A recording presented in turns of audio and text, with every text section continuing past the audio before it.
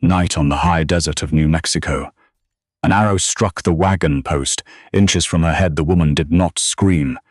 She pulled the shaft free, looked at the fletching, and went very still. Whatever she saw on those feathers made her run, not toward the trail, but away from it. The blood behind her in the red clay was not her blood. She dropped beside a flat stone, pried it up, pulled something out from beneath it, something already buried, already waiting for her, and pressed it against her ribs. 3 miles away, a man pulled his reins. His mule had stopped dead in the middle of the trail. Then he heard it, not hooves, not wind. A bell, small, brass, ringing once where no bell had any business being. He reached for his revolver. The desert didn't care about Reeves Calloway. That was the thing he liked most about it, no sympathy. No questions, no neighbor stopping by with a covered dish and eyes full of pity, saying Margaret would have wanted you to keep going, as if they had any idea what Margaret would have wanted. As if grief came with instructions. As if a man could just decide to be fine, and then simply be fine, the way you decide to fix a fence, or shoe a horse, or any other problem that responds to effort applied in the right direction. Grief did not respond to effort applied in the right direction. Reeves had tried. The high desert of New Mexico territory didn't ask him to try. It just sat there, vast and dry and indifferent, burned gold in summer, bone white in winter, and every single shade of rust and amber in between. The kind of landscape that made a man feel appropriately small, not crushed, just small. There was a difference, and Reeves had learned it slowly, the way a man learns most important things, by surviving long enough to understand what the lesson actually was. He was 42 years old. He didn't look it. Or maybe he looked older. Hard to say when you stopped checking mirrors with any regularity.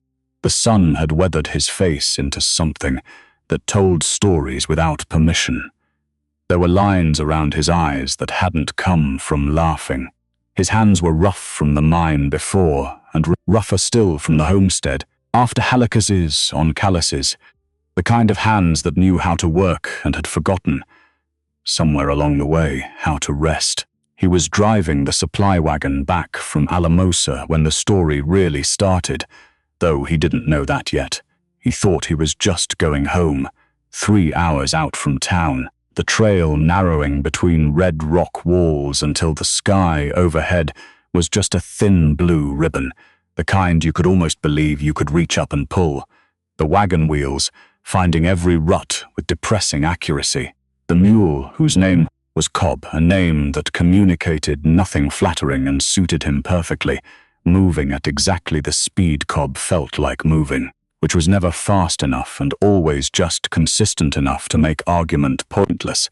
Reeves had flour coffee, a new hinge for the barn door that had been grinding since October, 2 spools of wire, a bottle of liniment he told himself was for Cobb's legs.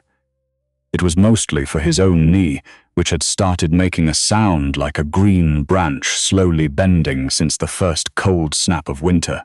He had not bought anything that wasn't strictly necessary. He hadn't for 2 years. Margaret used to buy things that weren't strictly necessary. Little things. A tin of hard candy from the jar near the register, because she liked the ones wrapped in red paper. A ribbon for her braid, even though they never went anywhere worth wearing a ribbon to. A small pot of red paint she used to touch up the window box every spring. The window box that was now just weathered grey wood and dead soil, because Reeves hadn't touched it and couldn't make himself touch it, and had stopped looking at it directly, the way you stop looking directly at something bright enough to hurt. He didn't think about the window box. He tried. He turned the wagon around the last bend before the long, flat stretch that ran toward his property, and that's when Cobb stopped. Not slowed, stopped, full stop. Ears forward, nose working. Every line of the mule's body communicating something that Cobb rarely communicated, genuine attention. Cobb was not, as a rule, an attentive animal. He had opinions, and he had stubbornness, and he had an inexplicable hostility toward the color blue. But attention was not typically in his repertoire. Reeves followed the mule's gaze toward the dry creekbed 20 yards off the trail. He saw the shape before he understood it, just color at first. Brown, the warm reddish brown of tanned hide. Something long and still in the dirt beside the cracked clay bank. His first thought was, downed animal. His second thought was, coyote got something. His third thought, arriving fast before the second one finished, was, not my problem. He got down from the wagon anyway, because the shape was wrong for an animal. Too long. Too deliberate in its wrongness. Limbs at angles that suggested falling, rather than something that had simply lain down. And something caught the light near it that had no business being there. Small points of blue-green vivid against all that red dust. Turquoise scattered in the clay like broken pieces of a sky. Reeves put his hand near his revolver. Not on it, near it. The habit of a man who had lived in this territory long enough to know that people collapsed in the middle of nowhere rarely did so without a reason, and the reasons were almost never simple. He walked toward the creekbed. She was face down in the cracked clay, one arm beneath her, one arm stretched out to the side, fingers half-curled as if she'd been reaching for something and hadn't found it. Her hair was in 2 braids, thick and black, both partially undone. Small brown feathers had been tied into the left braid with thin leather cord, and most of them were still intact, which struck him as strange, later, that the feathers had survived whatever she had not. Her dress was deerskin. Fitted through the torso, flaring at the hem with long fringe that lay in the dust around her like something spilled. Along the neckline and across the shoulders, a band of beadwork in turquoise and white. Intricate, deliberate weeks of careful work. Some of the beads had torn loose. They were scattered across the clay around her, 6 of them. 7, like pieces of something that had been whole and wasn't anymore. She was tall, even collapsed, even folded into the ground. He could see it in the length of her, in the proportion of her limbs. She was tall the way some people are simply built differently than expectation, longer than most men he knew. Broader through the shoulders, he crouched 2 feet away, close enough to see her back rise, shallow, but rising. Breathing, he exhaled, then reached out gently, the way you'd approach something you weren't entirely sure of, to touch her shoulder. And she moved not gently. She rolled and pushed in one motion, both arms driving into his chest, with a force that had absolutely no business existing in a body that had just been unconscious in a ditch. Reeves went over backward, hit the clay with his shoulder and the back of his head. Stars, actual stars which he'd seen from a fall since he was 19 and making decisions that 19-year-olds make. He lay there, blinked. She was on her knees, upright, wavering but upright. Her left arm hanging wrong at the shoulder, her right hand pressed into the dirt, bracing, her face strong jaw, high cheekbones, eyes so dark they absorbed the light rather than reflecting it. Those eyes were fixed on him with an expression that had nothing fearful in it. Assessment. Who are you? What do you want? Can I survive you? All of that in one look. Clear and direct and completely without panic. He sat up slowly, hands visible. Not reaching for anything. Well, he said, because honestly. What do you say to that? She tried to stand. Her right leg held, her left buckled. She caught herself on the clay bank, fingers digging in, and the movement pulled at her shoulder, and the sound she made wasn't a cry. It was something much worse than a cry. It was the sound of someone refusing to cry, clamping their jaw shut against the pain and forcing it back down through nothing but will. Reeves stayed where he was. He didn't stand. Didn't approach. Didn't offer his hand in a way that would require her to either accept help or refuse it. He just sat in the dirt and looked at her. I'm going to sit here, he said quietly, until you decide what you want to do. She stared at him. He waited. The wind moved through the dry grass along the creek bank. Cobb made a sound on the trail that expressed mild philosophical dissatisfaction. Somewhere out in the rock, a hawk was cutting slow circles. She stared at him for a long time. reading him the way she'd read the room, the exit she couldn't use. Then her legs gave out completely, and she went down onto one knee, and this time she didn't fight it. He got her to the wagon without touching her more than necessary. That required some doing. She couldn't put weight on her left side at all. The shoulder, visible now in better light, had something wrong with it beyond bruising. There was a small dark wound just below the joint, crusted over, entry but no exit, and his stomach pulled tight when he understood what he was looking at. Not a fall wound, an arrow wound. The shaft was gone, broken off or pulled, but what remained was in there, buried in the muscle below the socket. She'd been walking on that, running on that, collapsing on that, and getting back up and running some more. Someone shot her, which meant someone had done the shooting, which meant someone was somewhere behind her, between her and wherever she'd come from. He got her onto the wagon bench without speaking much. She didn't lean on him. She used the wagon wheel to pull herself up, and then sat with her spine straight, right hand gripping the bench board, chin level. The only evidence of what that cost her was the whitening of her knuckles and a muscle jumping in her jaw. The jaw clamped against every sound her body wanted to make. Reeves climbed up the other side, picked up the reins, started cob moving, didn't ask where she was from, didn't ask what happened, didn't tell her where they were going, because there was only one place to go, and she could figure that out, or she couldn't.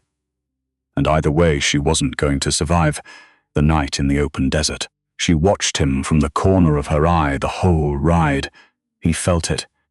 That particular quality of attention from someone cataloging a person, learning their habits and their patterns and the way they hold their hands. He'd known men who watched like that, men who'd been in situations where reading another person fast was the difference between walking out and not. He drove.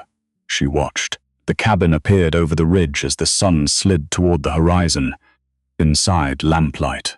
The particular smell of a place only one person had lived in for too long. Wood smoke, coffee, something underneath that was just absence given a scent. Reeves put water on the stove first. He didn't touch her. He moved around the main room, lamp to the table, basin from the shelf. The small medical kit he kept because Margaret had taught him to keep it, because there were no doctors within 3 hours, and something always needed tending eventually, and he laid everything out on the table in order. His order. The order of a man who used routine to keep his hand steady when his mind wasn't. She stood near the door, back against the wall, right hand loose at her side, eyes moving across the room, measuring exits, measuring him. The lamp threw her shadow long across the floorboards, even standing still with a broken shoulder and 2 days of desert on her. She filled the doorway in a way that changed the room, made it feel smaller, more occupied than it had been in a long time. He pulled a chair to the center of the room, set a folded cloth on it. Then he stopped. He picked up the small steel forceps, the ones he'd need to get the fragment out, and set them on the table directly under the lamp, where she could see them clearly, where she could see exactly what they were and exactly what he was planning to use them for. And he waited. She looked at the forceps. She looked at him. Then she looked at her shoulder, the wound she couldn't see but had been carrying for hours, maybe longer. And something shifted in her expression, just slightly. The arithmetic of a person calculating whether she had options she hadn't run out of yet. She didn't. She crossed the room and sat in the chair. He pulled it slightly toward the lamp. She permitted that. He examined the wound. The crusting was significant. Infection already building at the edges, the skin around it hot before he even touched it. He looked up at her. This is going to hurt. She looked at him like he'd said something insultingly obvious. Right, he worked without speaking. Carefully, slowly. The way you work when rushing is the thing that costs everything. She sat still, her right hand gripping her own knee until the bones showed through the skin. When the forceps found what they were looking for and he had to apply pressure, steady, controlled pressure, She made one sound, one short, cut off by her own jaw closing over it like a door slamming shut. He got the fragment out, small, dark, still sharp enough to have done its damage and then some. He cleaned the wound. He dressed it with what he had. When he finished, she sat very still, and he moved to the stove, poured 2 cups of water and set one in front of her. She looked at the cup. He picked up his own and drank. She picked up hers. They sat on opposite sides of the table in a cabin in the middle of the New Mexico high desert and drank water in silence, and it was possibly the strangest 15 minutes of Reeves Calloway's adult life, which was saying something, because he had once spent 6 hours trapped in a collapsed mine shaft with 3 other men and a mule who had catastrophically poor timing. After a while she said, "Chaska." He looked up. She said it again, touched her sternum lightly with 2 fingers. "Reeves," he said. Shay considered that word. She repeated. His name in her mouth was a different word than the one he was used to. Shorter, more like a statement than a name. Like something that had been decided rather than assigned. He decided he didn't mind it. He gave her the back room. Not his room. That was his room, and he was going to need sleep if he was going to be useful. And useful was the only thing he knew how to be anymore. The small room at the back, the one that had been Margaret's sewing room and then a storage room, and was now mostly empty, which was something he hadn't done anything about, because doing something about it required thinking about why it was empty, and he wasn't prepared to do that. He moved the stored boxes to one side, brought in the folding cot, put a blanket on it, set the lamp just inside the doorway. She watched him do all of this from the main room. When he stepped back, he didn't gesture toward the room or explain it. He just moved past her back to his own chair near the stove. She walked to the room, stopped in the doorway. He heard the cot creak. A long pause, then quiet. Reeves sat at his table and stared at his hands. What in the name of no? He wasn't going to do that. He was going to be practical. Someone had put an arrow in that woman's shoulder and was presumably interested in finishing what they'd started. That someone was now between her and wherever she'd come from, which meant she couldn't go back, which meant she was here, which meant he needed to think rather than feel, because thinking was the only reliable tool he had left. He pressed 2 fingers to his forehead, thought she was Apache. Chiricahua, probably, given the territory and the specific beadwork. She'd been alone. Unlikely, because Apache women didn't cross open territory alone, unless the situation was already extraordinary, which meant someone had been with her, and something had happened to that someone. Or she'd been separated. Or she'd run deliberately. He didn't know which. He knew he wasn't going to get answers tonight. He went to bed, left his door open, left his boots on. The first thing he noticed in the morning was that she was already up. The second thing he noticed was that the front door, the door he always bolted at night, was unbolted.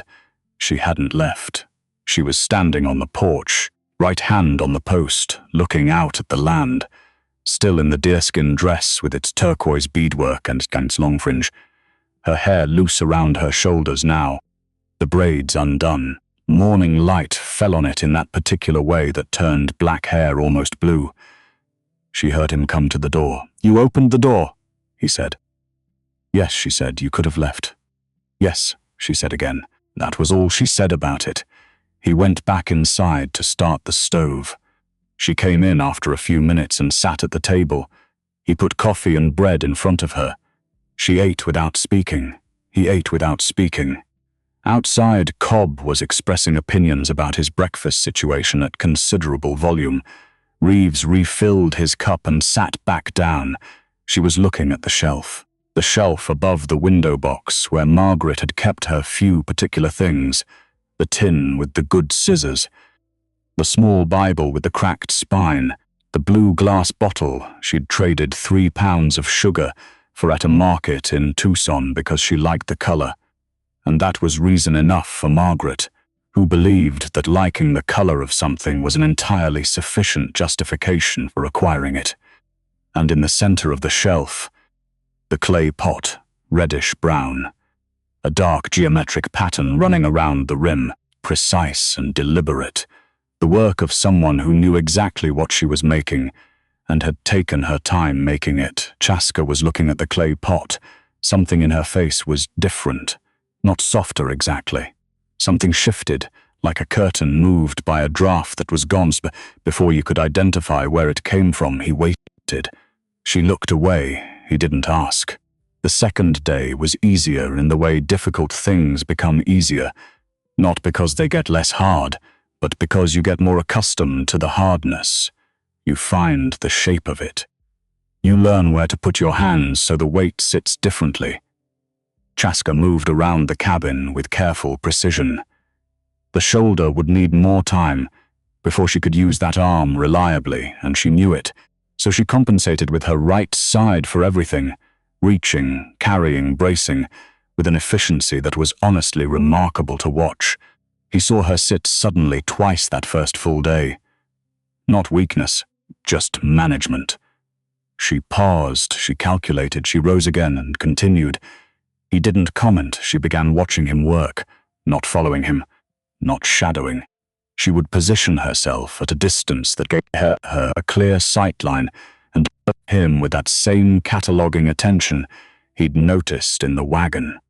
He was mending a bridle near the barn door one afternoon, and he could feel her eyes from the porch. He worked. She watched.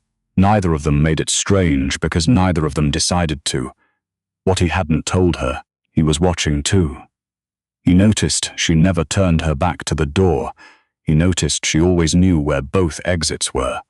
Always, even when she appeared to be doing something else entirely. He noticed that when he moved toward her, even for something simple, handing her water, passing close in the narrow kitchen space, she tracked his hands first before she looked at his face, so he adjusted, moved slower, made noise before proximity, announced himself through sound and visible movement rather than just appearing beside her.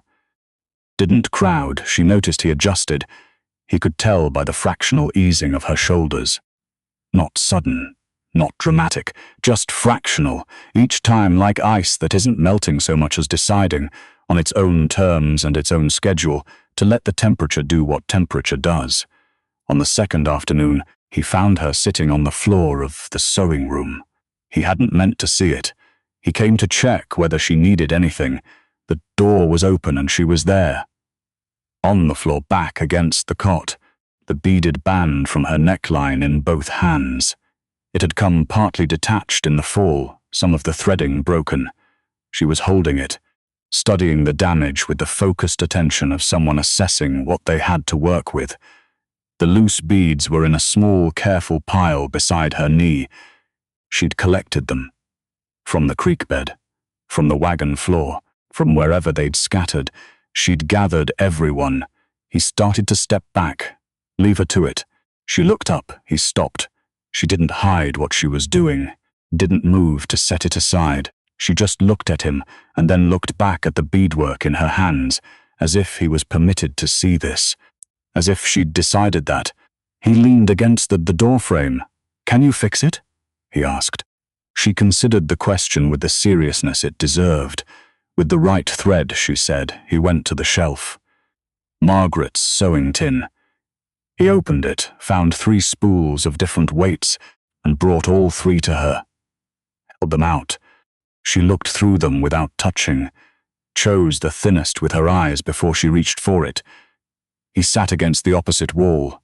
She began to work. He watched her work, and did not think about what it meant, that the room had stopped feeling empty. It was late that same evening when he found it. He hadn't been looking. He was setting her spare moccasin near the door. He'd moved it off the chair where he'd been sitting without thinking, just tidying the way his hands did things. His mind had stopped supervising. And a small folded piece of hide slipped out from somewhere in her belongings. A pocket sewn into the lining of something, maybe, or a medicine pouch he'd moved without realizing. He picked it up to hand back. He didn't mean to look, but the hide was already unfolded, creased into a pattern it kept defaulting to, and in the lamplight the markings on the inside surface were impossible. A burned eagle, wings spread but the left one angled down, broken. 3 parallel horizontal lines below it, deliberate, not decoration, notation. The kind of mark that meant something specific to the people who used it, and nothing at all to anyone who didn't. He'd seen enough of the world to know the difference between art and language. He brought it to her. She was at the table. He set it in front of her gently and stepped back. She looked at it. Something moved through her expression. Complicated, layered, too fast to read all of it. She picked it up, folded it, held it in her closed hand. He sat across from her. I didn't read it, he said. I don't know how, but I know it's not nothing. She was quiet for a moment, a long moment. Then, my father sent me. He waited. I was going to meet with another people. To speak for our band? She paused. Not because she was uncertain. Because she was deciding how much to give him. There were men waiting on the trail. How many? 4 I saw. She thought about it. More behind, I think. Do you know who sent them? She shook her head.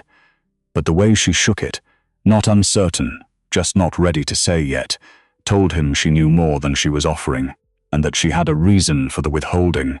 He didn't push.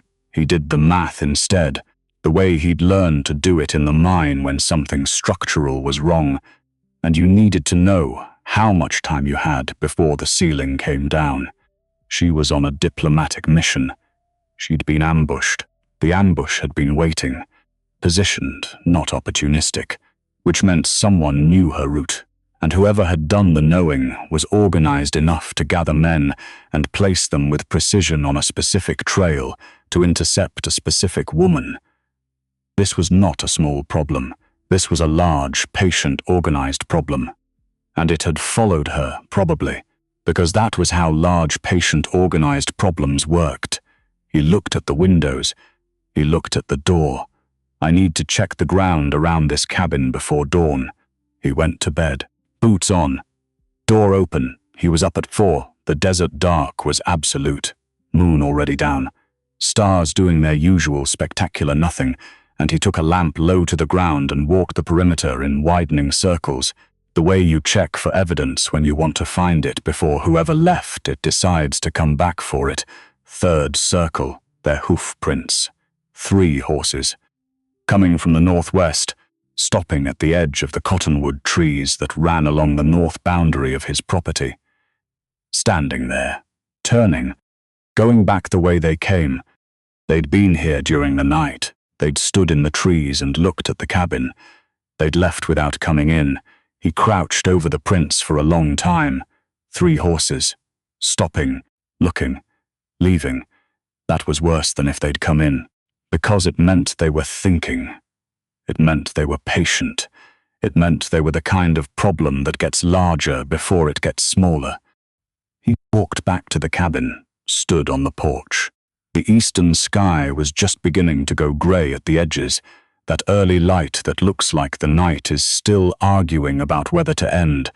The door opened behind him. He turned. Chaska stood in the doorway. She hadn't been asleep either. Her eyes were clear, her body already carrying information rather than sleep. She looked at his face and read it the way she read everything. Directly. Completely. They were here, she said. Not a question. North tree line, he said. Horses last night. She looked toward the cottonwoods. Chaska. He waited until she looked at him. Who sent them, not what. Who? The grey in the east kept going lighter. A man named Harlan Crutch, she finally said. Her voice stayed level, but something in it sharpened at the name, the way a blade sharpens when it passes over the right surface. He worked for the government once. He knows our land. He knows the agreements we made. He knows the boundaries. A pause. He wants the Silver Ridge. The one our people protect, Silver, of course. It was always land or silver or both. The entire history of this territory written in those 2 words, repeated until the ink ran dry. He used you, Reeves said. As leverage he tried, her chin lifted just slightly. I did not cooperate, he almost said. He caught it. Almost. He knows you're here, probably, and he's not leaving. No, she said. Men like that do not leave. They recalculate. The grey turned toward gold at the far edge of the sky. He looked at her, standing in his doorway. The broken wing of her left shoulder, the turquoise at her throat, the beaded band repaired now, settled back into its proper place across her neckline. The long braids she'd redone in the night, the small feathers intact in the left one, always intact. Her eyes were on him, steady, not asking for a decision, just waiting to see what kind of man she was looking at. He thought about the hoof prints. He thought about organized patience. He thought about a woman who'd collected her scattered turquoise beads from the clay of a creek bed, every single one, and carried them home in her hand so she could fix what was broken. All right, he said. She waited. Then we don't let him. Something happened in her expression. Small behind the assessment, behind the calculation. Not relief. Something smaller than relief and more durable than hope. The particular acknowledgement of a person who has been making a very difficult calculation alone and has just, for the first time in several days, been handed someone to make it with. She stepped back inside. He followed. The lamp was still burning, the sewing tin open, the turquoise beads in a careful line beside it. Outside, the gold came slow and wide across the high desert floor. Neither of them tried to sleep again. They sat at the table with their coffee, and the beads between them and the morning coming in through the windows, and they made no promises that were too large to keep. And somewhere past the cottonwood line, a problem named Harlan Crutch was waking up and deciding what to do next. But that was out there, in here. 2 cups, a lamp, a line of turquoise catching the morning light, a man who had stopped believing in good things, sitting across from a woman who had never stopped believing she'd find a way through. That was enough to start. The hay keg burned on a Tuesday. Reeves knew it was Tuesday because he'd marked it in his ledger when he got back from Alamosa, and he hadn't lost track since. And he was standing at the barn door with a bucket of water that wasn't going to do a single useful thing when the whole structure went up in one column of orange that reached high enough to reflect off the underside of the clouds. He stood there, watched it, the bucket still in his hand. Behind him, Chaska had come out of the cabin. He hadn't heard her. She moved quiet, even injured. Quiet the way people move when they've learned that quiet keeps you alive. But he felt her presence the way you feel weather changing. He turned. She was standing 10 feet back, watching the fire, her expression the one she wore when she was thinking faster than other people spoke. He looked at the fire. She looked at the fire. Neither of them said the obvious thing, which was, that wasn't an accident. Neither of them needed to, because the barn was 30 yards from the house. No lamp near it, no stove, no lightning. The sky had been flat and clear and decided for 3 days. The only way that fire started was someone making a decision to start it. A message, then, not violence, not yet, just demonstration. I can reach you. I can touch what matters to you. I was here and gone before you knew I was coming, and there is nothing you can do about it. Reeves set the bucket down. He turned and walked back inside. Chaska followed. He sat at the table. He pressed his palms flat on the wood and breathed for a count of 10. The method Margaret had taught him when the mine made him feel like the walls were deciding to become the floor. 10 breaths. Slow ones. Then you think. Chaska sat across from him. She didn't say anything comforting. She didn't say anything at all. She just sat there, upright and steady, and let him breathe without filling the air with sound, which was, he thought later, exactly right, after the 10 breaths. Yes, she said. He wants me to hand you over. Yes, or leave. Yes, he looked at his hands on the table, rough hands. Hands that had gone 3,000 feet into the earth and come back up, that had held a woman while she died of fever and then come back up from that too, slower, unevenly, with pieces missing that hadn't grown back. And the thought, the one he hadn't let himself have since she arrived, rose up without asking permission, I could put her on the wagon. Drive to the marshal in Mozilla. Say, here is an Apache woman who was attacked on the trail. You figure out what to do with her. Walk away. Go home. Pretend Tuesday never happened. He sat with that thought. Let it sit there fully formed where he could see all of it. Then he looked up. She was watching him. Not his face, his hands. She was reading something in the tension, or the stillness, or the particular quality of a man sitting with a thought he wasn't sure yet he'd chosen.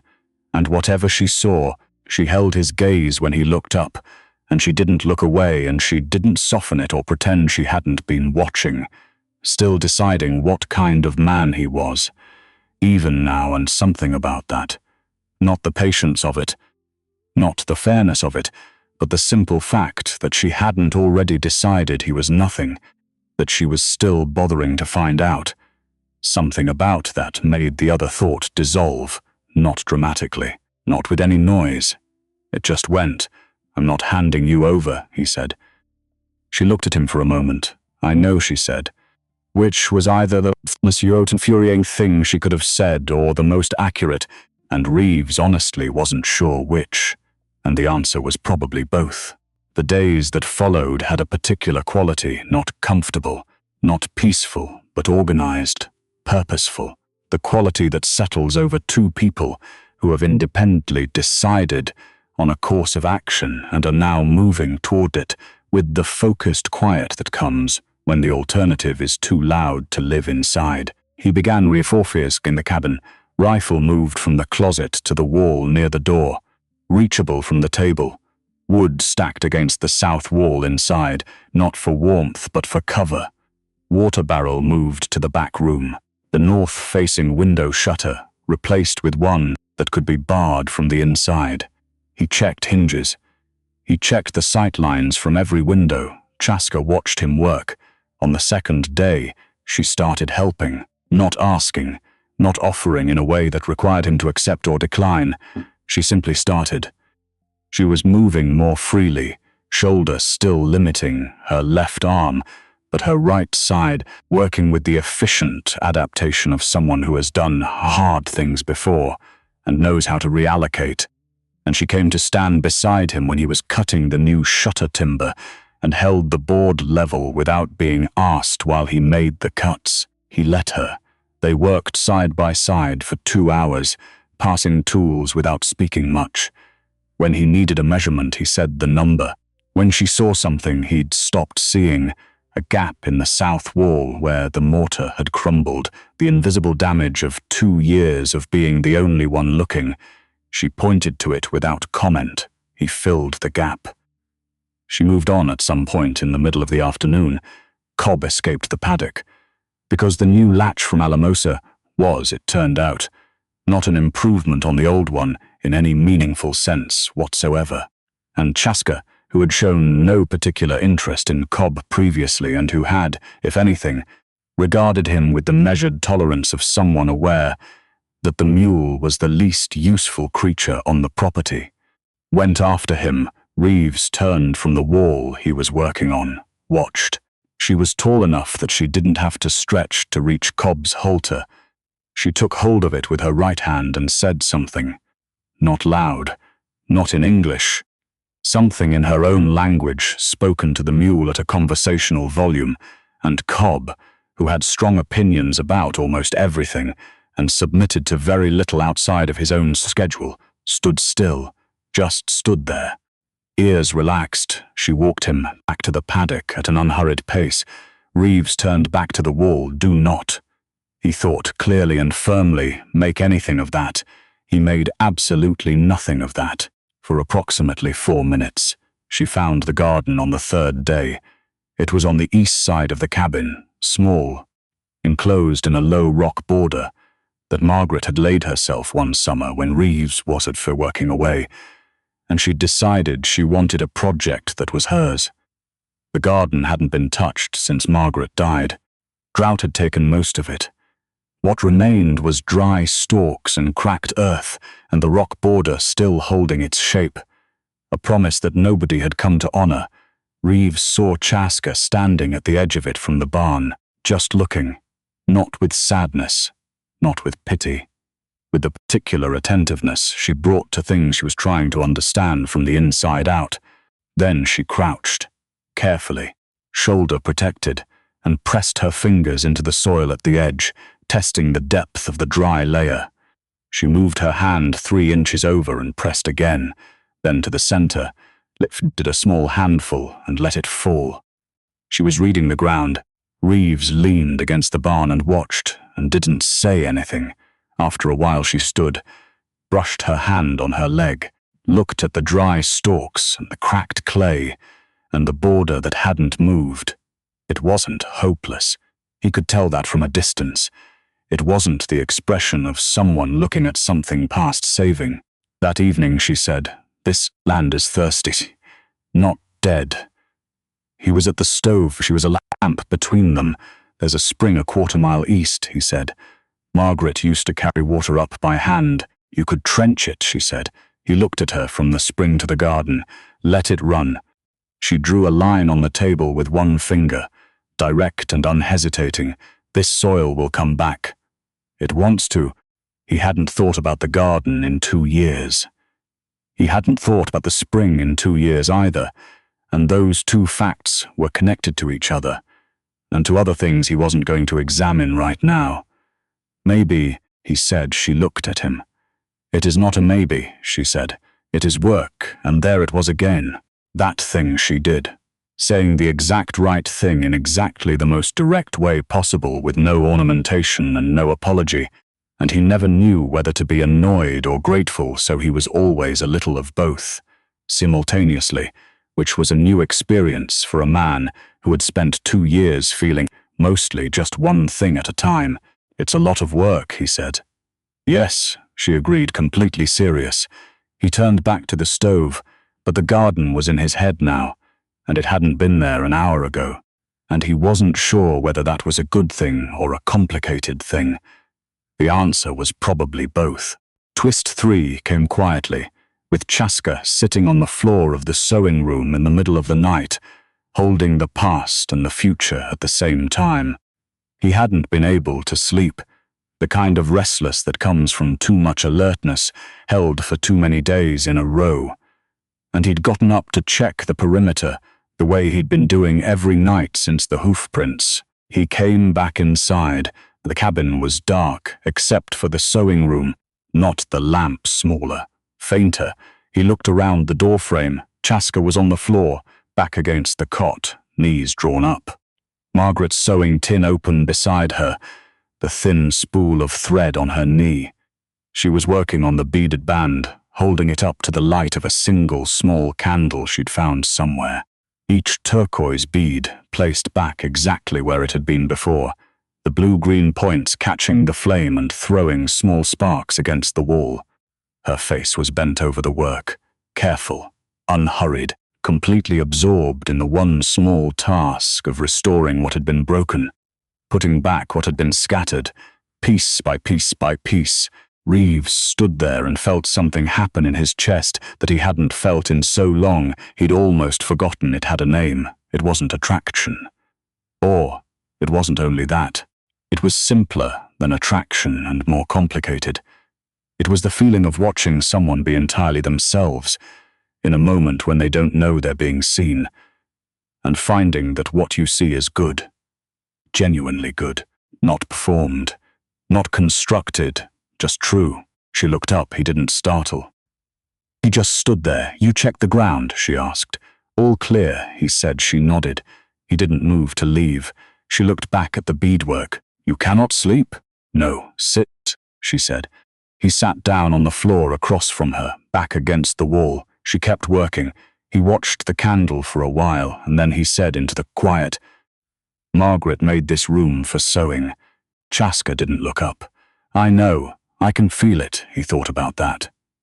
"What do you mean?" She paused, considering how to translate something that didn't quite have an equivalent. A room where someone worked with their hands on careful things. It kept that. Like the smell of the work stays in the wood. She held the beaded band up to check a section, turning it slowly. "This room is not empty. It is full of her hours." Reeves was quiet for a long moment.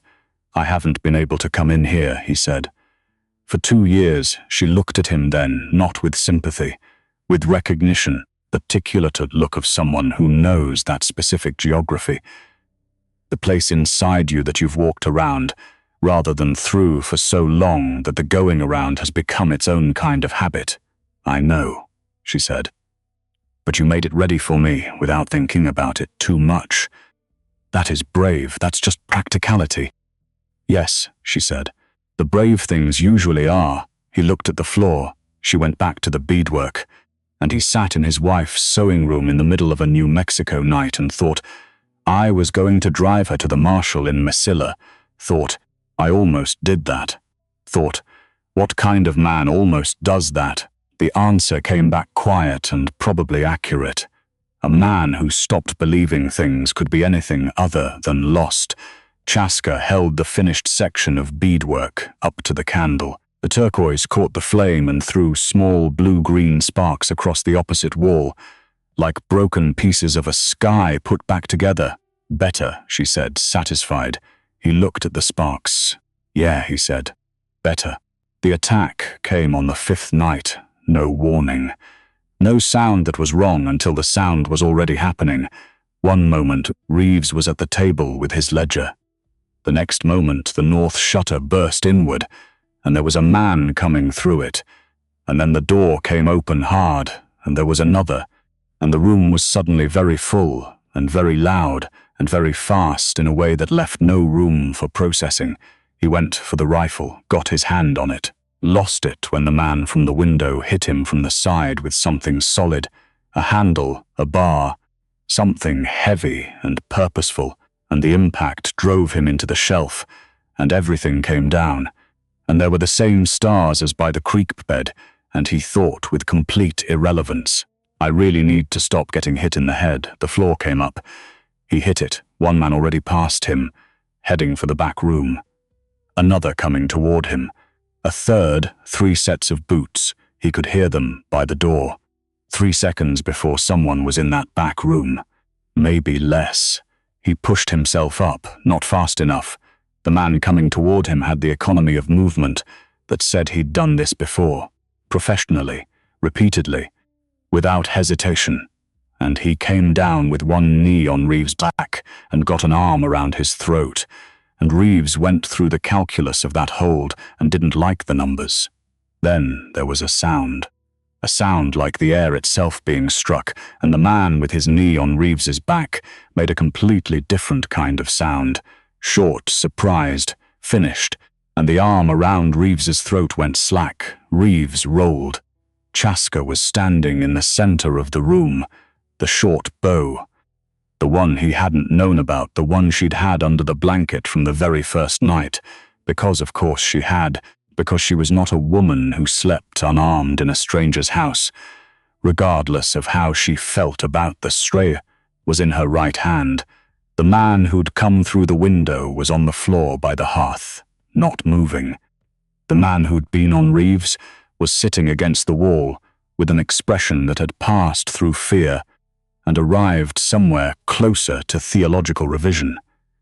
A man confronting the possibility that the world operates on different rules than he'd previously assumed. The third man, the one by the door, was already gone. Boot sounds on the porch. Diminishing fast, Reeves looked at the room, looked at Chaska, looked at the 2 men on the floor, looked back at Chaska. She was breathing hard, her left shoulder drawn up. The arm had taken strain from the draw, the wound pulling under the bandage, and he could see it in the tight line of her jaw. But she was upright, both feet planted, the bow still in her right hand. She looked down at him on the floor. "You fight badly," she said. "I know," he said. "Also true." She lowered the bow. He got up, slower than he would have liked, with dignity he did not entirely feel. He secured both men with rope. He kept rope in the barn for exactly this kind of contingency, which said something about his experience of the territory, and checked the perimeter. The third man's horse was gone east, moving fast. He came back inside. Chaska had put the bow down. She was sitting on the floor, not collapsed. Sitting deliberately, her legs folded, back straight, left arm held against her body, with her right hand, jaw tight against pain she was not going to give sound to. He found the medical kit under the shelf debris, sat in front of her. She let him unwrap the shoulder without preamble. The wound had reopened along one edge. Not badly, not starting over, but freshly bleeding. He cleaned it. She didn't make a sound. Her right hand rested on her knee, and her eyes were somewhere past his shoulder, and her breathing was controlled with the deliberate precision of someone who has decided that breathing is a choice they're going to keep making. He redressed the wound. When he finished, she looked at her shoulder, then at him. "It will still heal," she said, not asking. "It'll still heal," he confirmed. She nodded once, and then, without performance, without announcement, she reached out with her right hand and picked up his right hand from where it rested on his knee. She turned it over, looked at the scrape across his palm from the shelf edge, opened the medical kit with her free hand, found the cloth, and began cleaning the scrape with the same care he'd just applied to her shoulder. He sat completely still. She worked precisely, no wasted motion, cleaning the grit, pressing the cloth, wrapping 2 loops of bandage around because the palm needed pressure to close right. When she finished, she didn't let go immediately. She held his wrapped hand in both of hers for a moment. Not tightly, just held it. The way you hold something you've decided matters, then. "You fight badly," she said again. "I heard you the first time," he said. "I am saying it again because it is important. I appreciate the consistency." The corner of her mouth moved, not quite a smile, but close enough that he noticed it, and then spent several seconds working very hard not to notice it. "Do not," he thought at himself. Clearly, firmly. He thought it considerably less convincingly than the last time. The third man reached Harlan Crutch by dawn. Reeves knew this because by mid-morning there was a rider on the North Ridge, just sitting there, not approaching, not retreating, just present, like a fact that had installed itself in the landscape. Reeves stood on the porch and watched the rider. The rider watched back. Chaska came to stand beside him. "He is angry," she said. "That makes 2 of us. He will come himself next time," she said, "with more men. He does not recalculate toward less. He recalculates toward more." Reeves thought about what he knew about Harlan Crutch, former government agent, patient, organized, already proven willing to wait, to burn rather than rush, to send a probe before committing force. The kind of man who treats setbacks as data rather than defeats. "How long before your father sends someone?" he asked. She was quiet. "He already has," she said. He looked at her. "I know my father," she said. "He sent me with a message and a timeline. I did not return on time. He will have sent Dove Song first. She knows where I was going. She will have followed the trail." She looked at the ridge where the rider sat motionless. "She is already coming. Dove Song, our elder. She speaks English. She is the one my father trusts to find things out without making new problems. An old woman is riding alone into Harlan Crutch's territory. Dove Song," Chaska said, with a particular quality in her voice, fond and certain and faintly amused, "has survived 70 years in this territory. I would not worry about Dove Song."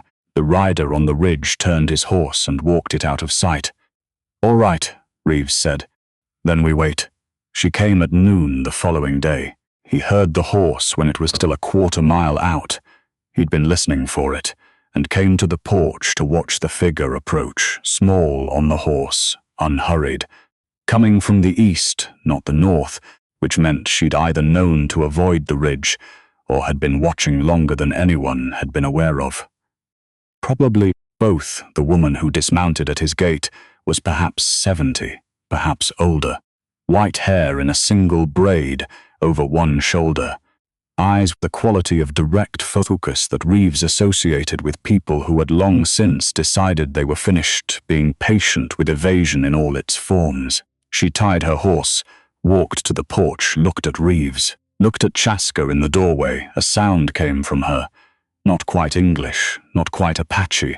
Some private language of long shared history, and Chaska came off the porch and embraced her with her right arm, and the old woman put both arms around her and held on with a tightness that communicated more than anything said in this story so far had managed to communicate. Then she stepped back, looked at Chaska's shoulder, looked at the cabin, looked at Reeves. "You are Calloway," she said.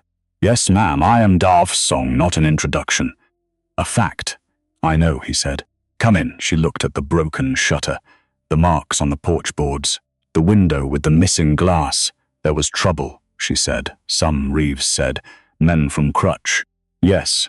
She looked at him for a long moment, then walked past him into the cabin. She moved through the main room the way someone moves through a place they are memorizing, touching nothing, looking at everything. She stopped at the shelf, at the clay pot. She looked at it for a long time. Reeves stood near the door, Chaska near the table. Dovesong said something in Apache. Chaska answered. Dovesong looked at Reeves. "You are fed," she said, meaning Chaska. Looking at him, meaning, "This is confirmed by what I can see. You sleep. You are not sick." She nodded once. "Good." She sat at the table. Reeves put coffee in front of her. She looked at it. Looked at him. "Sit," she said. He sat. She put her old, strong hands around the cup. "I am going to ask you something, and I want an honest answer, because I will know if it isn't. Go ahead." She looked at him directly, the full weight of those 70 years in the look.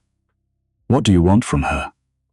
The honest answer was, "I don't know." The honest answer was, "More than I expected, less than I understand yet." The honest answer was complicated in ways he hadn't finished working through. But underneath all of that, underneath the complexity and the uncertainty and the 2 years of being shut down tight, there was one simple thing that was true all the way to the bottom. "I want her to be safe," he said. "And then I want her to be able to choose what happens next herself, without someone pushing her into a corner." He paused. "That's all." Dovesong looked at him. She looked for a long time. Then she picked up the coffee cup and drank, set it down. "That," she said quietly, "is the right answer." And that was all she said about it. Twist 5 came in the evening, all 3 of them at the table. The lamp lit. The remains of a dinner Dovesong had made from things in Reeves's pantry he hadn't known could become a meal, because Dovesong cooked the way she did everything else, with direct competence and no interest in consultation. Dovesong said, "Running Bear is coming." Chaska went very still. "How far?" she said. 2 days. "Maybe less now. He knows where I am."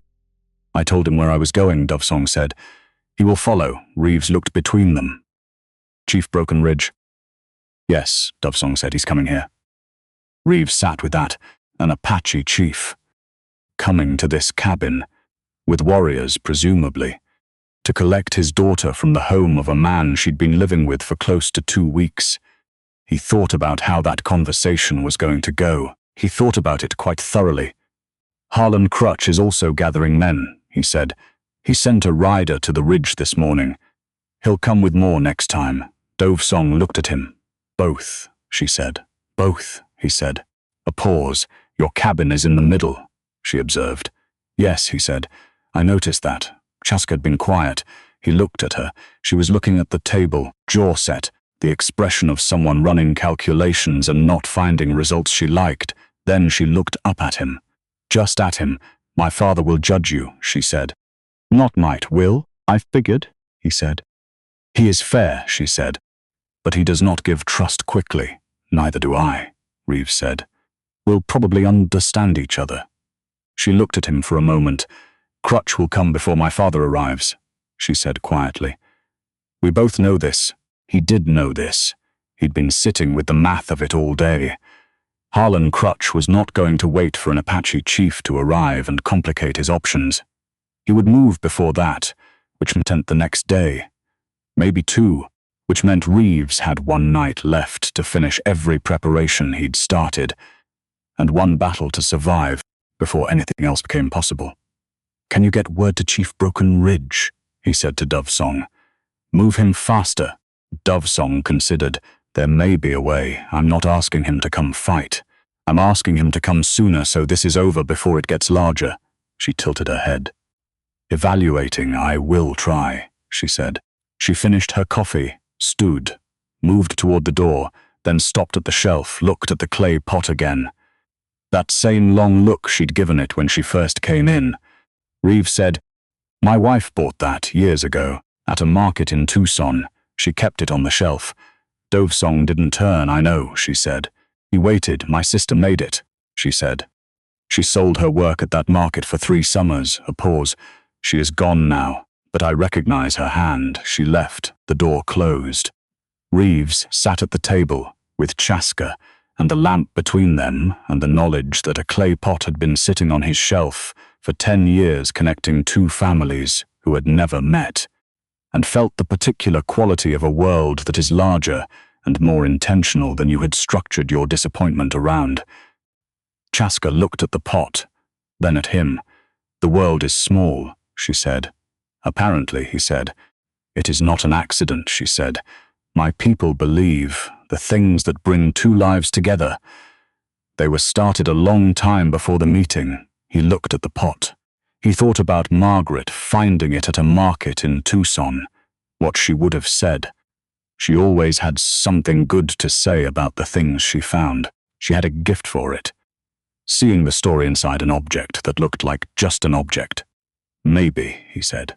Not maybe, said Chaska. He looked at her. You and your maybe, she said. You and your certainty, he said back. The corner of her mouth again. That almost thing. He looked away first. He went to check the rifle, not because it needed checking. Because it was the only reason to move that wouldn't require explaining.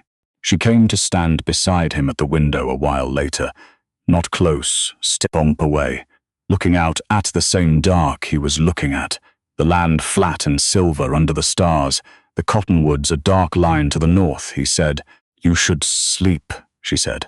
So should you, he said. I'm keeping watch till morning, she said. I know, I am keeping watch with you. He started to say something about her shoulder, about rest, about the fact that she'd fought once this week already, and the body needed. And then he stopped.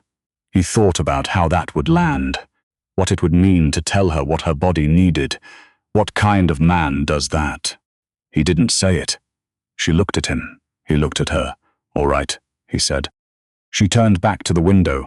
They stood in the dark and watched the land and the lamp threw their shadows together on the wall behind them, long and overlapping at the edges. Neither of them remarked on it, Chaska said. After this is over. He waited. The garden, she said. I want to plant something in it. He looked at the floor. Because there was something in that sentence. The confidence of it. The plain futurity of it. After this is over, I want to plant. That required a moment just to absorb. She was not speaking in the register of hope, which is tentative. She was speaking in the register of plan.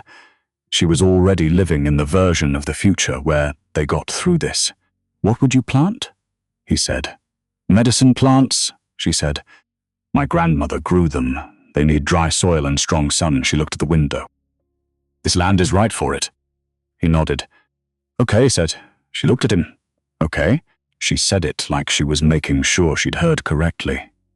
You want to plant medicine plants in Margaret's garden, he said. I said, okay. She was quiet for a moment. Just like that, she said. Just like that, he said. She turned back to the window, but something had shifted. Small, definite. The way the temperature changes when something that's been held finally releases. She placed her hand on the window frame. He placed his beside it. Not touching. Just close. They stood there until morning came, and when the sun rose and Harlan Crutch's riders appeared on the North Trail, 7 of them, a line moving at a deliberate walk, Crutch himself at the front. Something cold and clear settled into Reeves Calloway like water finding the level it was always going to find. He was ready. She was beside him. Dovesong had ridden east in the night. And somewhere behind the ridge, moving faster than anyone expected, a chief was coming. Chaska had said, after this is over. And he had said, okay, and that, Reeves thought, picking up the rifle and stepping onto the porch, was not nothing. That was, in fact, everything that mattered. 7 riders. He counted them twice, because the first count felt wrong and the second count confirmed it, and neither count was good news. 7 riders in a line on the North Trail, coming at a walk, not a charge. A walk, deliberate, unhurried. The way a man approaches something he is certain he already owns. Harlan Crutch was at the front. Reeves had never seen him before, but knew him immediately. There was a quality to the man, mid-40s, well-dressed for this territory, sitting his horse with the posture of someone accustomed to the elevated position in any arrangement, that communicated it clearly. This is a man who has gotten what he wanted often enough to have confused wanting with having. Reeves stood on the porch, rifle in hand, down at his side. Chaska was inside. He'd asked her to stay back, not because she couldn't handle what was coming, because he needed to know where she was, and he needed that location to be defensible, and the open porch was not defensible against 7 men. She had looked at him for a long moment when he asked, then stepped back inside the door, which wasn't the same as agreeing, but it was close enough. The riders stopped at the gate. Harlan Crutch leaned forward on his saddle horn and looked at Reeves with an expression of reasonable pleasantness that contained absolutely nothing reasonable or pleasant. "Mr. Calloway," he said. "Crutch," Reeves said. A flicker, small. The man didn't like being addressed without his title, which told Reeves something useful about him. "I've come to settle this quietly," Crutch said. "No need for it to be complicated." "It's not complicated from where I'm standing," Reeves said. "You're harboring a woman who belongs with her people. She's with someone keeping her alive," Reeves said. "Call it whatever you want." Crutch smiled, patient, the smile of a man explaining something to someone he considers slower. "I have a business arrangement," he said, "that requires her cooperation. The Apache band holds land rights to the Silver Ridge above the Mescalero. She is her father's representative. Once she signs, or her father signs, under the right circumstances, this concludes and everyone goes home. Under the right circumstances," Reeves said. "Circumstances can be managed. You burned my hay keg. Accidents happen in dry country. You sent 3 men through my window. I sent 3 men to retrieve what's mine." The pleasantness thinned slightly. "She is not yours, Mr. Calloway. Whatever you've decided is happening here, she is not yours," Reeves breathed in. Once, slow. "No," he said. "She's not mine. She's not yours either. She's her own. Which is exactly the problem you keep running into." The pleasantness left Crutch's face entirely. Not dramatically, like a tenant departing without a scene but making clear he's unhappy about the eviction. "Step aside," Crutch said. "No," Reeves said. 2 of Crutch's men moved for the gate. Reeves raised the rifle, and then, from the south and the east simultaneously, hoofbeats, not 2 or 3, many, coordinated, coming fast. The sound of horses that knew exactly where they were going, because they'd been positioned there already. Crutch's horses felt it before Crutch did. Moving sideways, ears back, the anxiety of animals who understand threat through vibration then. The first Apache warriors appeared on the South Ridge, 8 on the South Ridge, 4 more around the East Cottonwoods, 2 more on the high rock shelf to the west that commanded a view of the entire property. 14 warriors positioned before Crutch's 7 had time to respond to the positioning.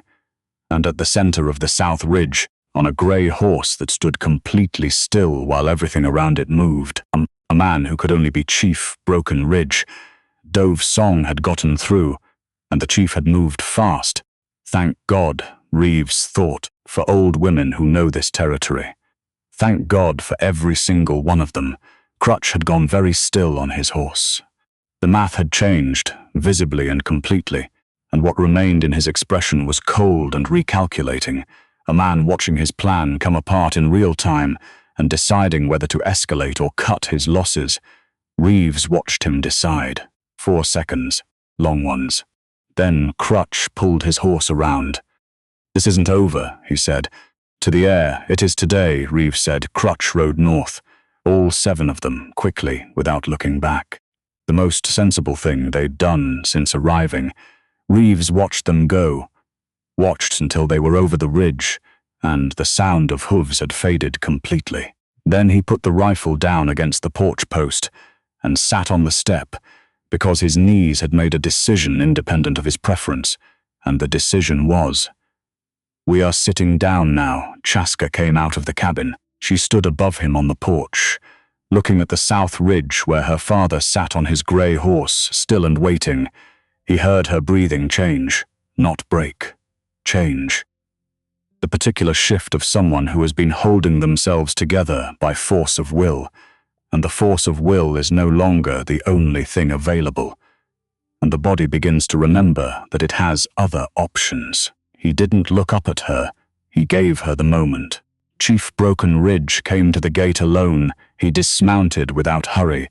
He was 60, perhaps older, and he moved with the physical certainty that doesn't come from youth, but from decades of knowing precisely what his body could do and trusting it to do it. Not tall, broad through the chest and shoulders, a face weathered into something that communicated long experience without communicating what he thought of you yet. He walked to the porch, stopped at the bottom step, looked at Reeves. Reeves stood, 2 men looking at each other, the world continuing its business around the moment without caring about the moment.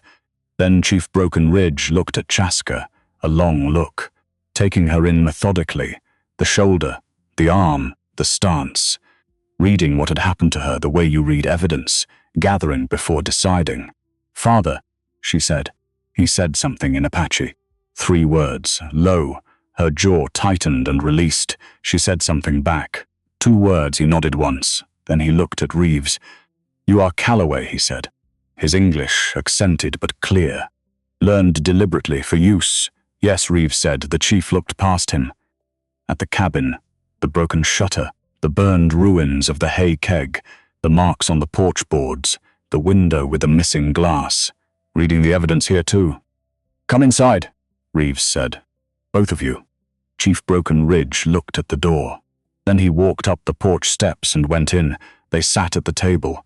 Chief Broken Ridge at one end, Reeves at the other, Chaska between them.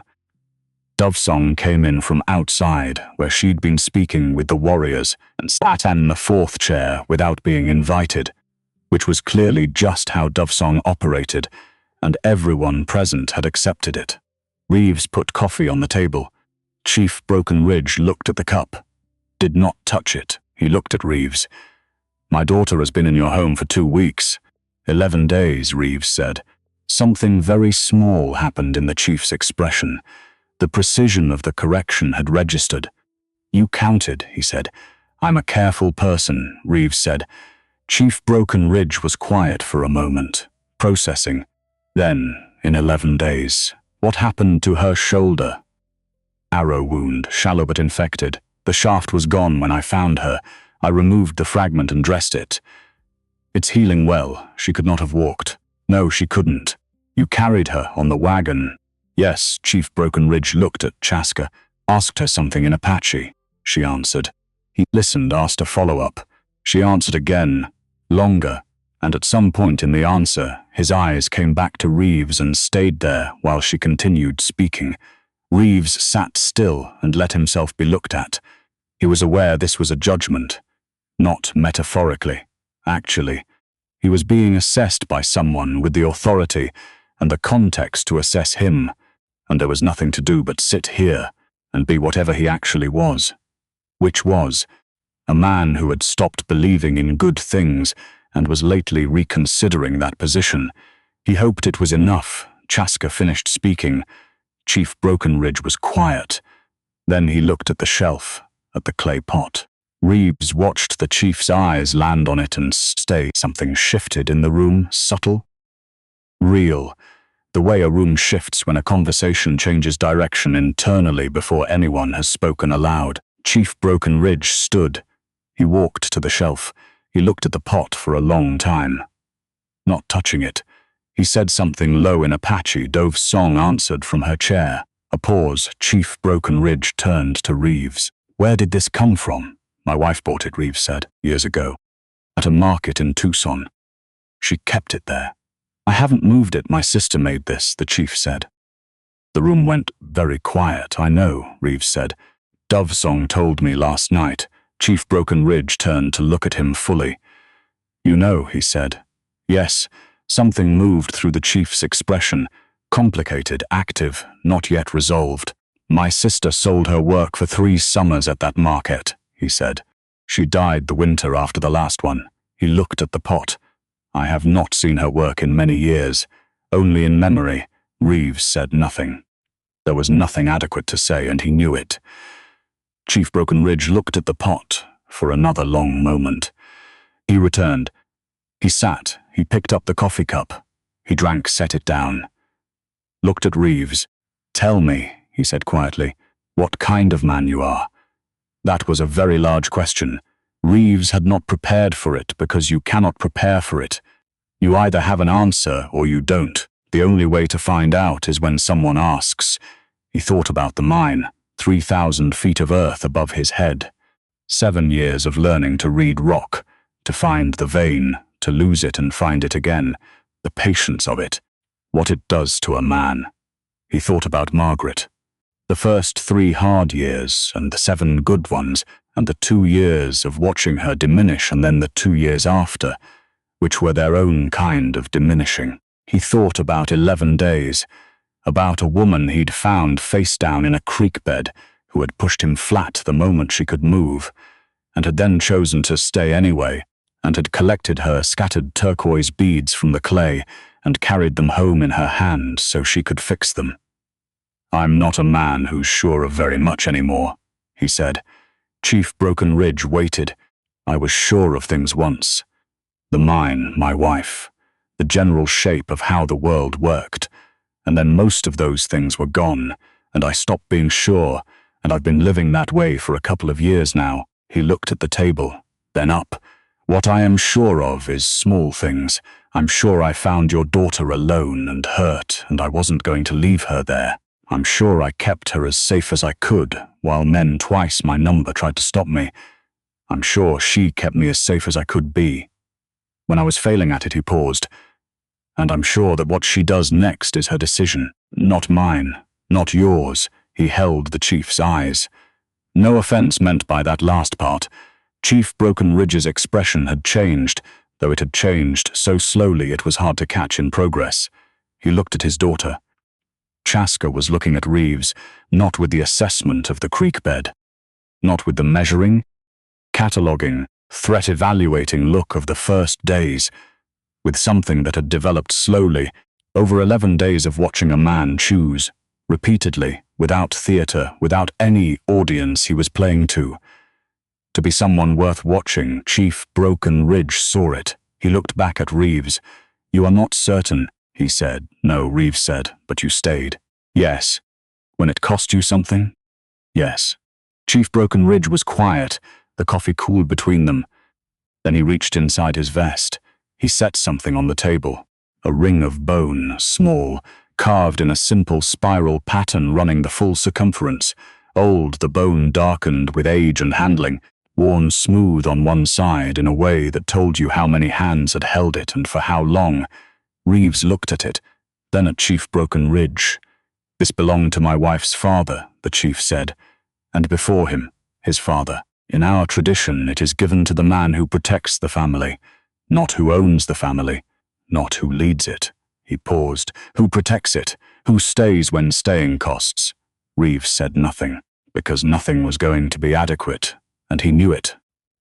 I am not giving you my daughter, Chief Broken Ridge said. My daughter is not mine to give.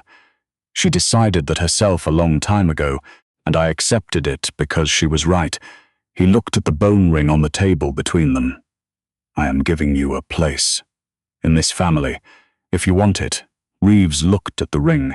He thought about the word family, about what it means to a man who has spent 2 years trying not to need one, about the window box and the garden and the clay pot on the shelf, about turquoise beads restrung in the dark by candlelight in a room full of someone else's hours, about a woman who said after this is over, like it was already decided, He picked up the ring, lighter than it looked. He held it in his closed hand. "Thank you," quietly, directly. No elaboration because none was needed and any would have been wrong. Chief Broken Ridge nodded once. Dove's song. From her chair in the corner, said something in Apache. Chaska closed her eyes briefly and pressed her lips together in the expression of a person being affectionately embarrassed by someone they love beyond all reason. "What did she say?" Reeves asked. Chaska looked at the ceiling, she said. Dove Song supplied herself with complete cheerfulness and zero embarrassment that it only took 11 days. Which is faster than she expected. Chief Broken Ridge looked at Dove Song. Dove Song looked back at him with serene composure. "It's true," she said. The warriors stayed through the afternoon, not as presence, not as statement. They moved through the property with the easy competence of people who have been in landscapes like this their whole lives, and several of them, without being asked, without consultation, simply began working on things that needed working on. The broken shutter was rehung by a young warrior who appeared personally offended by its previous state, and took considerable time ensuring it was right. 2 others cleared the debris from the burned hay keg with efficient practicality. Another checked the paddock fence, found the bad latch, and fixed it correctly, which was more than Reeves had managed. Reeves watched this from the porch and felt something he hadn't felt in a long time, not alone. Which sounds simple. It isn't. After 2 years of solitude shaped around loss, solitude that had started as necessary and become habitual, and then become something he'd stopped questioning, the absence of alone was complicated. It took adjusting to. His chest did something strange and tight with it, that he worked to keep off his face. He mostly managed. Chaska came to stand beside him. She looked at the young warrior, making exacting judgments about the shutter. "He is very particular about woodwork," she said. "I can see that," Reeves said. "He rebuilt the entire meeting hall last spring. Twice." Because the first time did not satisfy him, Reeves looked at the warrior's expression of deep personal commitment. "I respect that," he said. "I thought you would," she said. The afternoon light was doing what it did in the high desert at this time of year, going gold at an angle that made everything look considered, like the world had thought about the lighting and made a deliberate decision. Reeves looked at the gardens, small, enclosed, dry and quiet and holding its shape with the patience of something that has decided to wait. "I'll start on the trench next week," he said. She looked at the garden. "After the shoulder is better," she said. "I will help. I wasn't going to say anything about the shoulder, I know. That is why I said it myself." He looked at her profile in the gold light. The strong line of jaw and cheekbone, the turquoise beads at her neckline, the repaired band settled correctly back into its place, the colors vivid against the deerskin. The 2 braids over her shoulders, the small brown feathers intact in the left one as they always were. He looked away before the looking became something she'd need to respond to, though he was fairly certain she'd already noticed. She noticed everything. Chief Broken Ridge found him at the barn near sunset. Reeves was checking Cobb's legs. The liniment was, after all, at least partly for Cobb, and he heard the chief's footsteps and straightened. Chief Broken Ridge looked at the mule. Cobb looked at Chief Broken Ridge with the imperious disinterest he extended to all new acquaintances uniformly. "He is ugly," Chief Broken Ridge said. "Yes," Reeves said, "but strong." "Very." The chief regarded Cobb with what appeared to be reluctant respect. Then he turned to Reeves. "I want to tell you something." Reeves waited.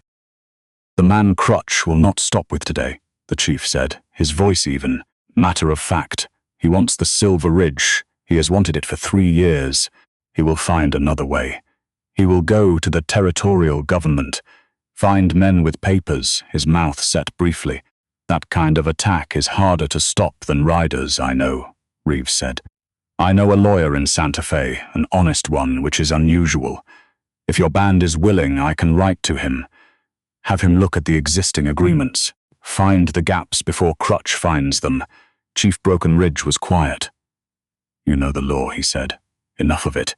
I've dealt with mining claims before. I know how they take land, and I know some of the ways to stop it. You would do this. Not a question. An assessment, Reeves said. Why? Reeves looked at Cobb, who was eating with the complete indifference to human concerns that was his most consistent quality. Because it's right, he said.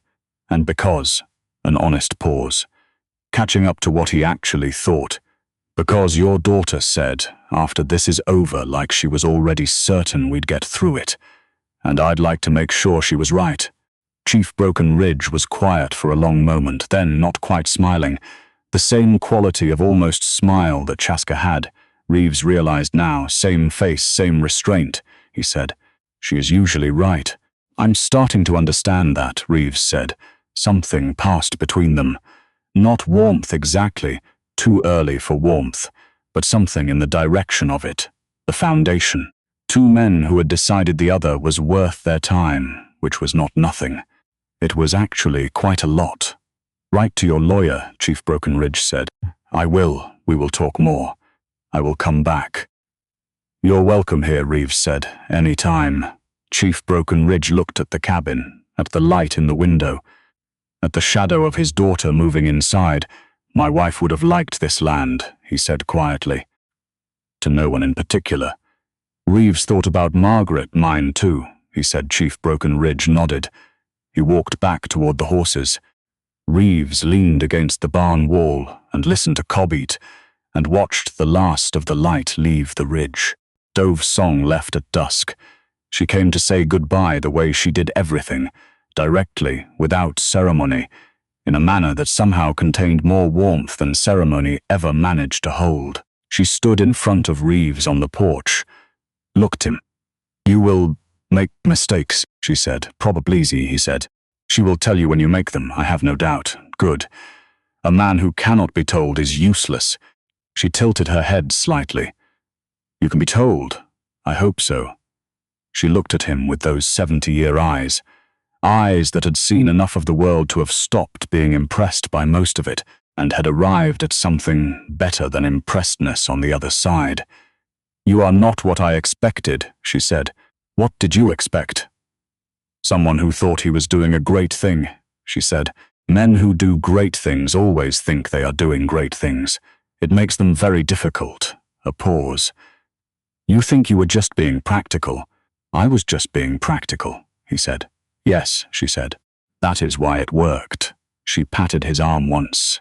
Then she walked to her horse and rode east without looking back. Reeves stood on the porch and watched her go and thought, I want to be that person at 70, that specific quality of being finished with nonsense. And then, I have a considerable distance to travel, the warriors left with the last light, all of them. Quietly, the way people leave when they were never making a statement by being there, just doing what needed doing, and now it was done. The property went quiet. Different quiet than before. Not the quiet of absence, the quiet of after. Of something that had passed through and changed the air on its way. Reeves sat on the porch step. The stars were coming out in that slow way they did out here. One at a time, and then suddenly all at once, as if they'd been waiting for each other. The fire ring Chaska had made 2 nights ago. Collecting the stones herself from the east side of the property, building it without comment, had a low burn going from the cook fire. Dove's song had made at noon. The door opened. Chaska came out, blanket around her shoulders. The one from the sewing room, the one she'd been using since the first night. And she came to the step and looked at the fire and sat, not beside him on the step, on the ground below the step, which put her at roughly his eye level because of the height, which he noticed, and which she had almost certainly calculated. She calculates everything, he thought. I find that reassuring, he thought. Which is new. The fire cracked. He likes you, Chaska said. Your father. He doesn't show it the way some men do. He showed it the way he shows things. He told me Cobb is ugly. He told me Cobb is strong, she said. He said. A pause. Finding the right translation, he said. The animal is unpleasant but capable, like the man who owns him. Reeves sat with that. That's a compliment, he said. From my father, she said. That is a very good compliment. The fire, the stars, the quiet that was full rather than empty. He said, I'm going to write to a lawyer in Santa Fe about the Silver Ridgeland claims. There may be legal arguments that would hold Crutch off longer than rifles. She looked at him. You said this to my father. He told you. He tells me everything. Eventually she paused. He also told me. Another pause. Choosing how much to translate, he said you are a man who acts without needing to be seen acting. That it is rare. Reeves said nothing. I told him I knew that already, she said. He looked at her. She was looking at the fire, the low light on her face, the turquoise at her throat. The long braid over her left shoulder with its small feathers. Chaska, he said. She looked at him. You said after this is over. Like you were certain we'd get through it. I was certain. How? She looked at him steadily. Because you got down from the wagon, she said. When you found me, you could have kept going. Most men would have kept going. But you got down. She tilted her head slightly. A man who gets down from the wagon is a man who finishes what he starts. The fire, the stars, the quiet that had weight and warmth in it. I'm not easy to live around, he said. I should tell you that, I know, she said. I have been living around you for 11 days, right? I am not easy either, she said. I noticed. Good. She turned back to the fire. Then we are the same, he almost laughed, not quite, but close enough that it was real. The thing in his chest, the thing he'd been managing carefully, refusing to name because naming it felt premature, possibly foolish, definitely terrifying. That thing did something new. It stopped trying to be managed. It just sat there, open, clear, quiet, like good water finding the level it was always going to find. He reached over slowly, unhurried, visible, so she could see exactly what he was doing, and make exactly the choice she wanted to make about it. He put his hand over hers, where it rested on the step. She looked at his hand. Then she turned hers over, underneath his, and held on, not tightly, not desperately, with the same steady certainty she brought to everything she decided. They sat that way, the fire burned lower, the stars finished coming out. The morning came the way mornings come when something has changed. Same light, same sound, same Cobb being vocal about his breakfast, but the air carrying a different quality. Like it knew. Reeves was at the stove when Chaska came out of the sewing room. She was moving easier, more fluid, the shoulder still careful, but the rest of her body no longer compensating around it with every step. Her braids redone, both of them, the feathers straight, the turquoise band settled correctly across her neckline. She looked at the stove. You burned the coffee again, she said. It's not burned, he said. She came and looked at the pot with the expression of someone conducting an impartial assessment. It is a little burned, she said. It's strong, he said. There's a difference. There is not a difference, she said. There is absolutely a difference. She looked at him with patient exasperation. He poured her a cup. She drank it, made a face. Burned, she said. Strong, he said. She sat at the table. He put bread and beans in front of her and sat across from her, and they ate in the morning light, the way they had eaten every morning for 11 days. Without ceremony, without performance. Two people sharing the ordinary fact of a meal. But different. The silence was different. Not the silence of two people being careful around each other. The silence of two people who had arrived somewhere quietly, without announcement, through the accumulation of small, honest moments repeated daily until they added up to something that had a name. After a while, she said, "The trench for the garden. We should start on the east side." "The ground is softer there, next week," he said. "When the shoulder is ready," she looked at him. "You said that," she said, "without me having to remind you." "I know," he said. "You are learning," she said. "I'm trying," he said. "Good," she said. And then, the smile that wasn't quite a smile, except it fully was, except it had always been a smile, he'd known that for days. That is enough. 3 weeks later, a letter went to Santa Fe. Reeves had written it carefully. 7 drafts, which was 6 more than he'd written any letter in his adult life. The lawyer, an old acquaintance named Whitmore, who had the distinction of being honest in a profession where that quality was in limited supply, wrote back within 10 days. The land agreements had 3 significant problems. The kind that, properly argued, would hold any claim Harlan Crutch filed in the territorial courts for years, possibly longer. Reeves rode to Chief Broken Ridge's band to deliver the news himself. Chaska went with him. Chief Broken Ridge read the letter. His written English was strong and was quiet for a long moment. "You did this," he said. "Whitmore did most of it," Reeves said. "I just asked the right questions." Chief Broken Ridge looked at his daughter. Something passed between them, the quick, layered, private language of a father and the child who is too much like him. Resolved in a second, he looked back at Reeves. "Come back in 2 weeks. Bring the letter." "I will have my counsel together. I'll be here," Reeves said. They rode home in the late afternoon. The desert doing what it always did, vast and unhurried, lit in that gold that had no equivalent anywhere else Reeves had been in his 42 years. Chaska rode beside him. Not behind. After a while she said, "You are not the man you were 2 months ago." He considered that. "Which man was I?" He said. "The one who had stopped looking at things," she said. "You looked at the ground. You looked at your hands. You looked at work." She kept her eyes forward.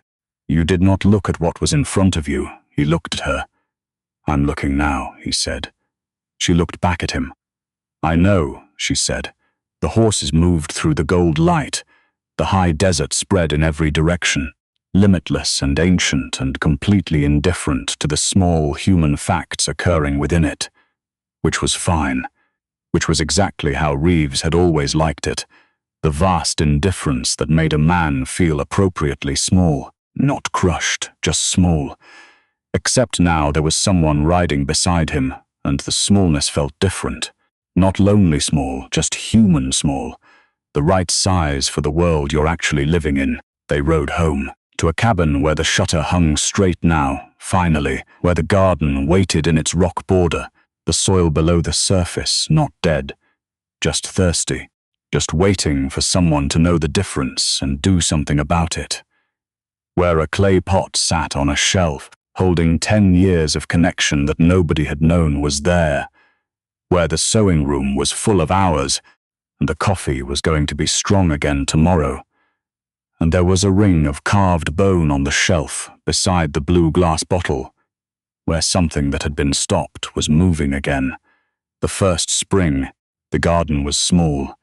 6 medicine plants from Chaska's grandmother's knowledge, rooted carefully, watered through the trench Reeves had dug in February, which had taken 10 days and caused him to develop strong opinions about New Mexico clay that he expressed at length and without a sympathetic audience.